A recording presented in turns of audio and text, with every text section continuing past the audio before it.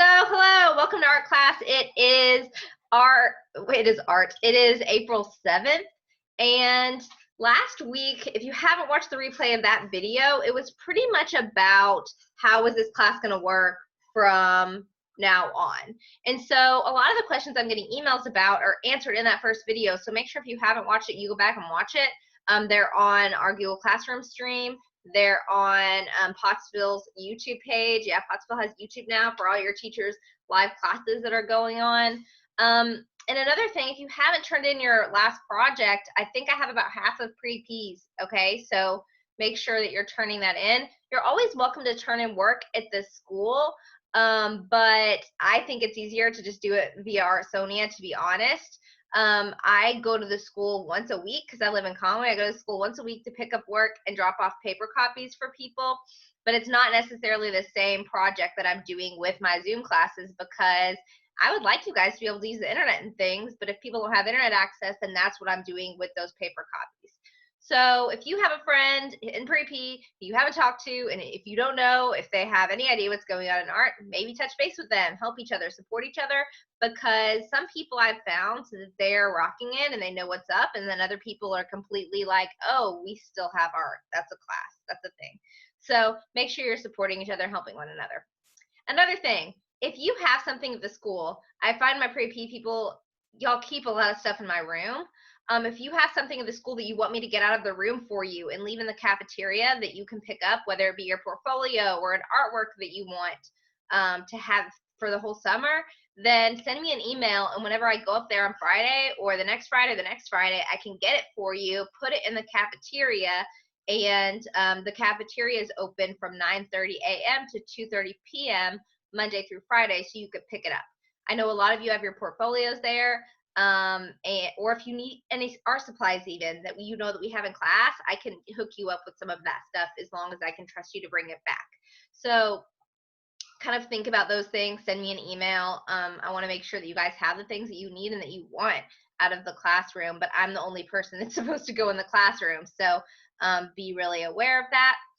And our art show is going to be online. I'm going to make a video or a slideshow or something a little bit closer to May when we would have had our physical art show, and it's because I still want to maintain as much integrity of what we can or what we did in class outside of class. Like, I'm not going to teach you guys a whole bunch of in-depth projects or have you do a ton of work, but y'all are pre-P, and I'm going to have you next year too, and so I want you to still have those fun things a little bit as much as we can replicate that online. I'm doing like classes online. I've been like doing virtual museum tours. I've been doing I did a tour of the Taj Mahal yesterday. You can do all these things digitally, and so now we're going to have a digital art show. It's going to be fine, but it's going to be a slideshow of 5 examples of everybody's work, or 3 to 5, especially for those of you who weren't in my class all year. You were only in there for 9 weeks, right?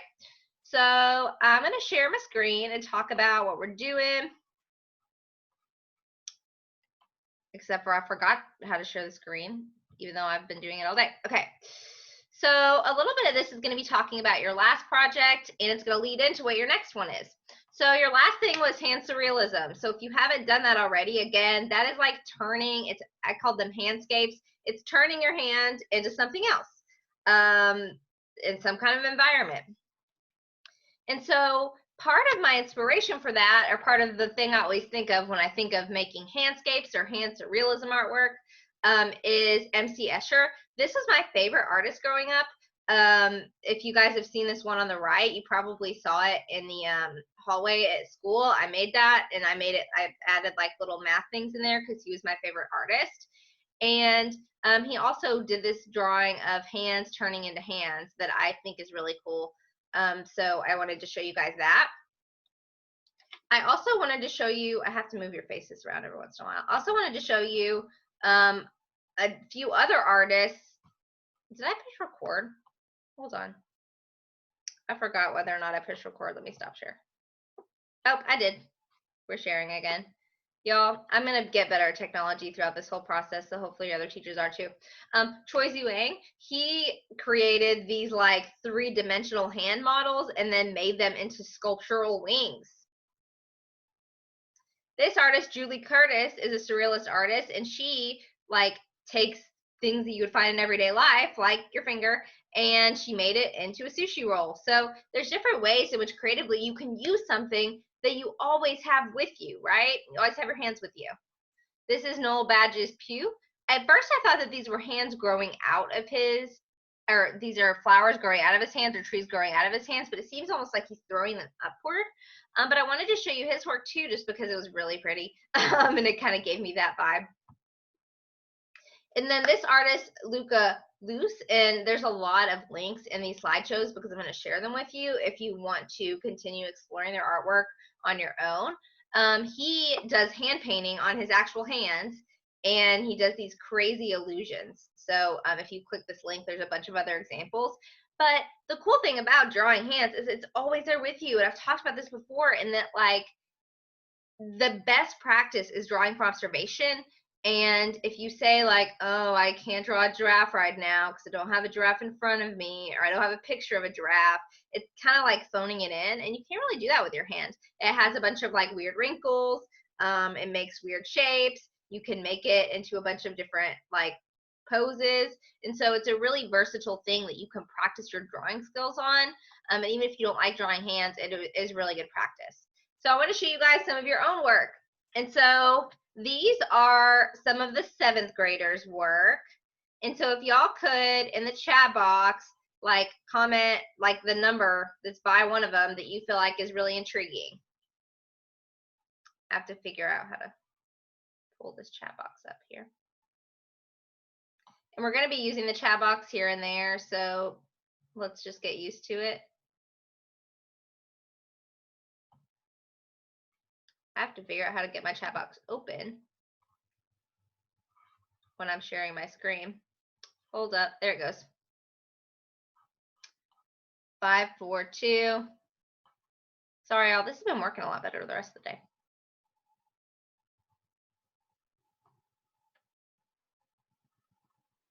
Okay, so one of you that felt like, does anybody feel comfortable unmuting and telling me why you like the one that you like? I'll just call on somebody if you don't want to. I am calling on Janisa.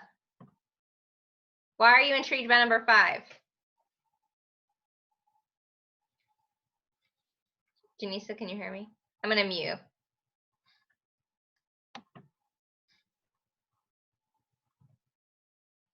Janisa. Yes. Okay. Why did you like number 5?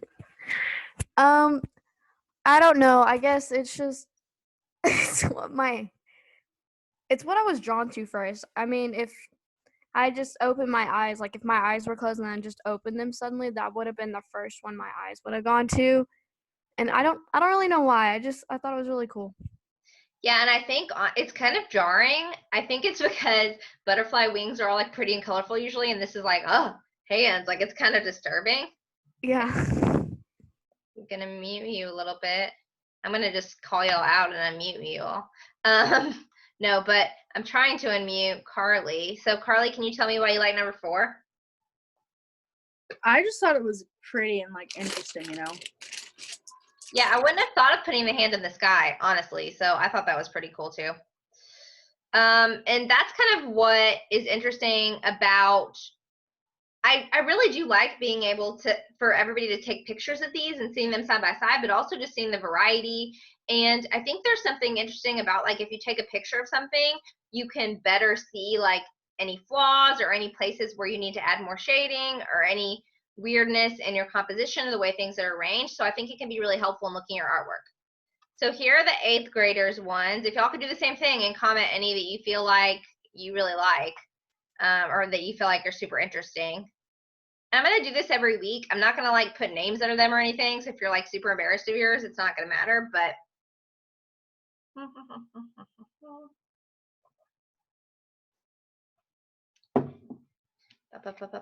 Mandy, you want to tell me why I like number 5?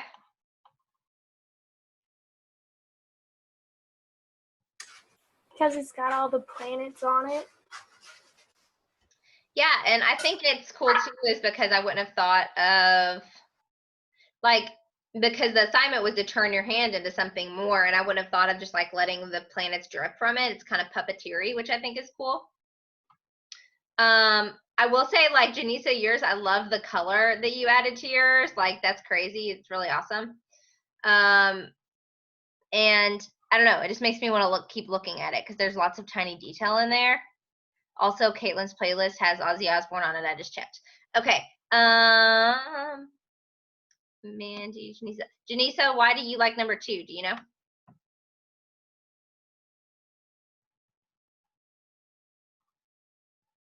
And by the way, you guys, if you do want to say something, then you're like, you can just push the space bar. Also, this is Destiny's. Up number 1 is Destiny's, and the little fingers turning into something definitely creeps me out, but I love all the detail in hers too. And there were so many good ones, honestly, but there's so many of you guys that still need to turn it in, so be aware of that.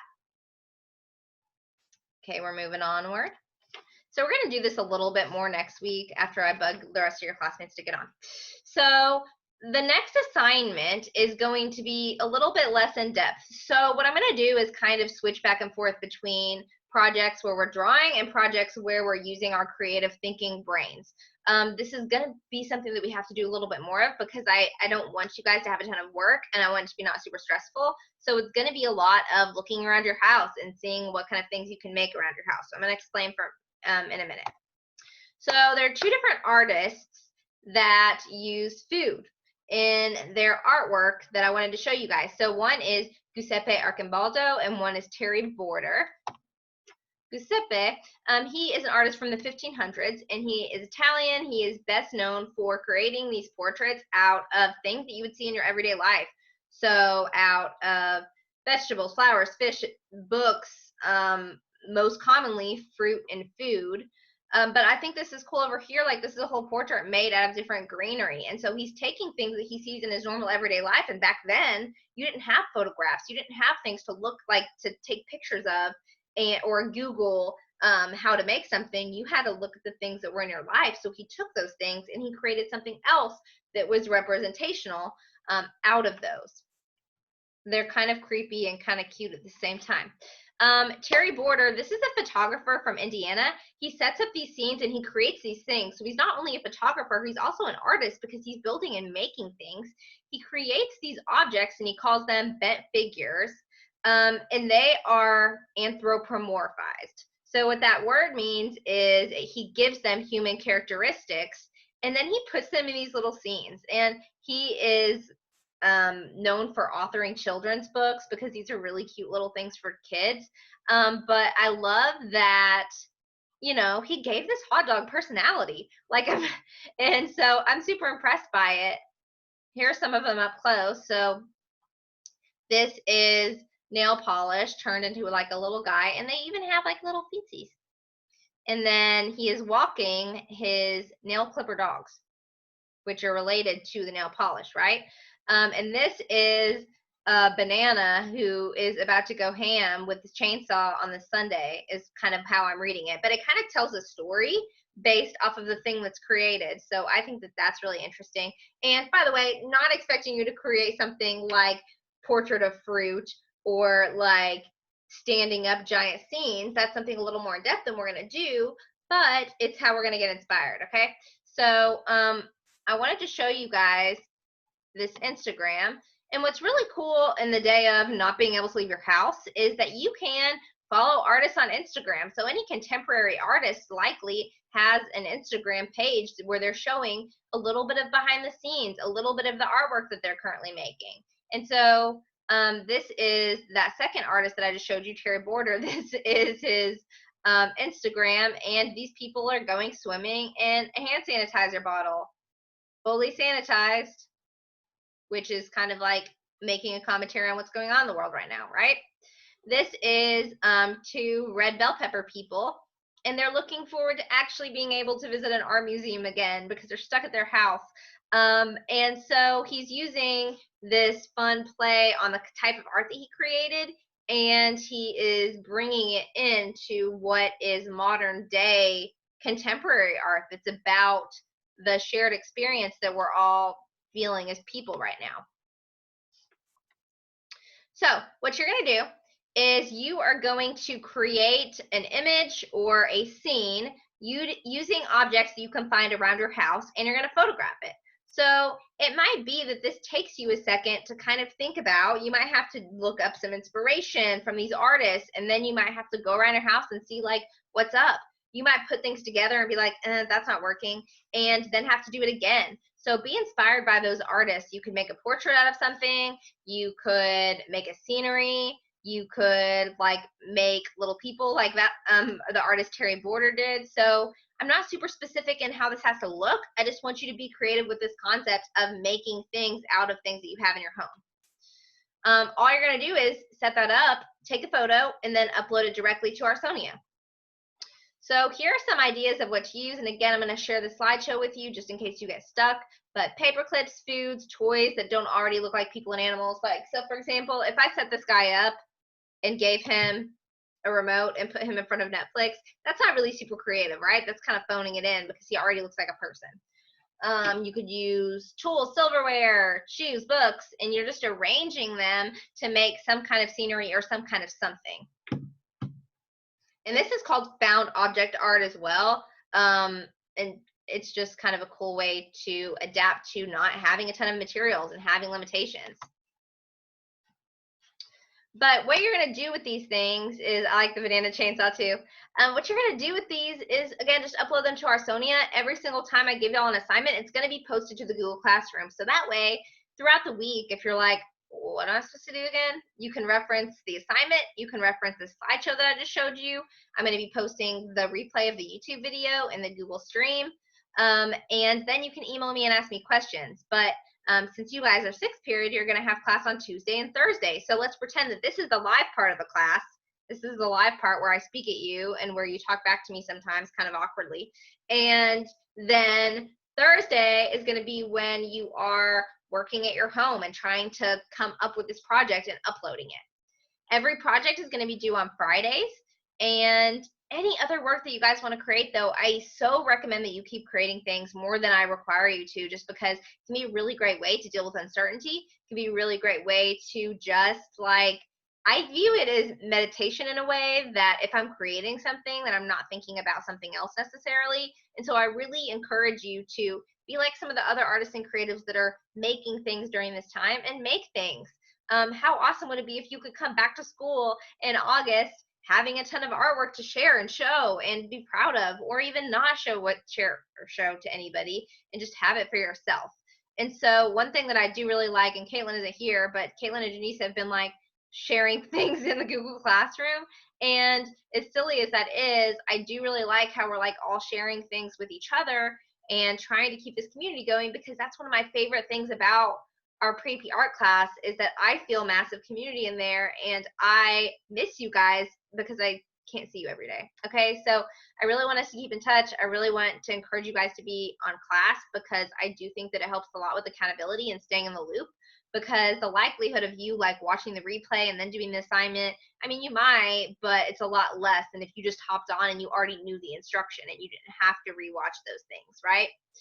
So does anybody have any questions? You can unmute yourself if you have any questions about how class is going to work, where to turn things in, school, playing with your food, literally anything. Unmute it, or if you just have like a live comment.